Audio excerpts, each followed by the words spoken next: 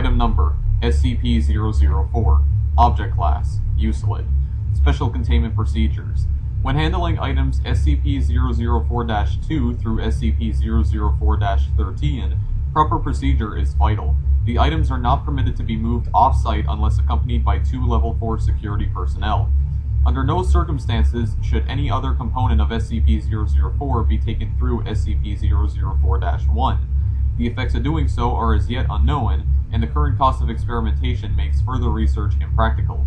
Should any of the objects contained within SCP-004-1 breach containment, or the facility be breached, the keys must be brought inside and the door closed prior to activation of Site-62's on-site warhead. Unauthorized removal of keys from the testing area is grounds for immediate termination. Level 1 clearance is required for basic access to SCP-004-1. Level 4 clearance is required for use of SCP-004-2 to -13. Description: SCP-004 consists of an old wooden barn door, SCP-004-1, and a set of 12 rusted steel keys, SCP-004-2 through -13. The door itself is the entrance to an abandoned factory in Chronological History. July 2nd, 1949. A group of 3 juveniles trespassing on federal property near find the door.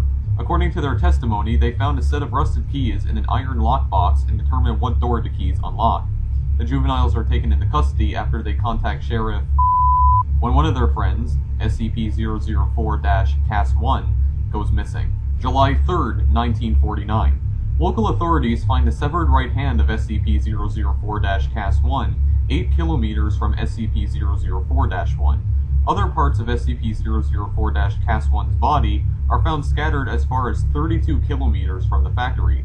Under interrogation, the apprehended juveniles tell authorities that upon opening the door with one of the keys, SCP-004-1 was torn into several pieces, each of which disappeared. At this point, the SCP Foundation takes over the investigation. July 4th, 1949. SCP Agent obtains the keys from the local authorities to begin testing. Tests show that SCP-004-2 through -13 all fit into a single lock on the large barred door. 12 Class D personnel are assigned to test the effects of the door. Of the 12 test subjects each trying a different key to enter the room, only 2 survive. Opening the door with any key except SCP-004-7 or -12 caused the test subjects to be torn apart in multiple directions. However, no dismembered parts were found until later.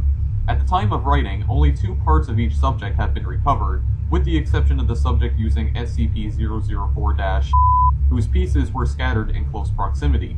The others have, for all intents and purposes, vanished from existence. Of the 2 surviving subjects, only one, having used SCP-004-7, returned unharmed. The other came back in a near catatonic state, able only to remove himself from the room and then collapse on the floor, and had to be restrained to prevent him from gouging out his eyes. See Appendix A, Mental Health Effects of SCP-004. The subject using SCP-004-7 said that he had entered a large room, impossibly big for the size of the attached building. After his exit, SCP-004-1 was propped open and an armed squad of Level 3 personnel entered. The size of the room is impossible to measure, and the door frame and the individuals in the room are the only part of the room that can be felt or illuminated. July 16th, 1949. The juvenile suspects and Sheriff are terminated. August 2nd, 1949. Is declared a hazardous area due to unexploded ordnance and fences erected in order to prevent civilian ingress. Tests to determine safety of exposure to environment behind SCP-004-1 begin. December 1st, 1950.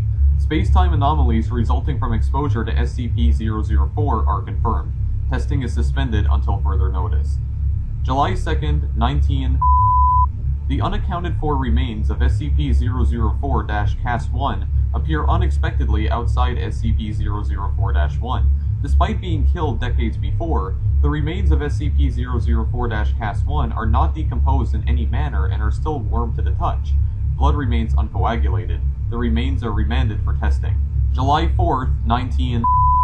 The unaccounted for remains of one of the 12 original test subjects appear in a similar manner to those of SCP-004-1. The remains have been designated SCP-004-2. Records suggest that both SCP-004-Cas-1 and Cas-2 used SCP-004- March 21, 1999. With the massive proliferation of nuclear weapons and World War III only years away, construction has begun on a site inside SCP-004-1. The site is to stock supplies for person days. April 21, 1999. Has ordered the site inside SCP-004-1 to be expanded to include emergency storage for all mobile SCP specimens and a petabyte database for the storage of all SCP data. The facility is now referred to as Site-62. September 25, 2000. Site-62 is operational. Labs and containment units are complete and can contain the most dangerous specimens. Backup of the SCP database has begun. January 25, 2001. Due to time anomalies, see space-time anomalies below, all personnel working at Site-62 are now required to reside on-site permanently. Families of personnel are to be informed that loved ones perished in an industrial accident. Clone bodies have been prepared for funeral. August 14, 2003. Massive power outage across northeast United States and through Canada. Due to the initial failure of multiple SCP generators, Site-62 was without power for 53 minutes. During those 53 minutes, those on site were completely without any source of light. They reported sensing creatures and people, although no abnormal entities could be seen or felt. Selected facility personnel were allowed to read Appendix A, and said the creatures sensed were of humanoid size but otherwise similar to the massive green creature described. Space-time anomalies. SCP-004 seems to propagate spatio-temporal anomalies. Personnel leaving the facility report losing time. Those who have been in the site for weeks insist that they had only been in the facility for several days, and records of work completed and supplies consumed support their claims. Other temporal anomalies involve SCP-004-2 through -13, especially the reappearance of SCP-004-Cas-1 and Cas-2 exactly years after using SCP-004- has been assigned to investigate all aspects of these time anomalies. Spatial anomalies include the impossibly large dimensions of the area opened by SCP-004-7. Similarly, the 2003 blackout incident suggests that there exists an alternate plane of existence within the same space that Site-62 occupies. Additional notes. Testing on SCP-004 reveals that 10 of the keys open SCP-004-1 on a dimension where the laws of physics and topology are significantly different than those of our home dimension. Test subjects meeting these hostile conditions are torn apart, their body parts deposited in various locations, only 3 of which have been verified to be on Earth. Material deposited at 2 of these points appears immediately. Material deposited at the 3rd appears exactly years into the future. The other 7 locations are currently unknown. Current testing focuses on 2 avenues of research. The first is finding ways to survive SCP-004's hostile topologies. The second suggests that SCP-004-2 through -13 may open doors other than SCP-004-1. Appendix A. Mental health effects of SCP-004-12. All Class D personnel using SCP-004-12 return in a catatonic state, unable to speak. Some may have enough energy left to try to claw out their eyes. Of the 16 subjects, only 4 have survived. Only 1 has regained speech following long-term psychotherapy. He was able to tell the psychiatrist that he saw a massive green creature, so large that much of its body extended beyond his field of view. He reported innate fear and sudden recognition, quote, as if it were something very deep in his primal fears, unquote, and forced implantation of incomprehensible memories. Subject displays acute anterograde and retrograde amnesia. Appendix B. Additional information. Item number, SCP-004-14. Date of discovery, September 2nd, 1950. Origin of object. Object was discovered elsewhere in factory area in the previously undiscovered manager's office. Description. Object appears as a large, unvarnished wooden box. The box may be unlocked by the safe key, SCP-004-7, as well as 5 of the unsafe keys. See document SCP-004-1.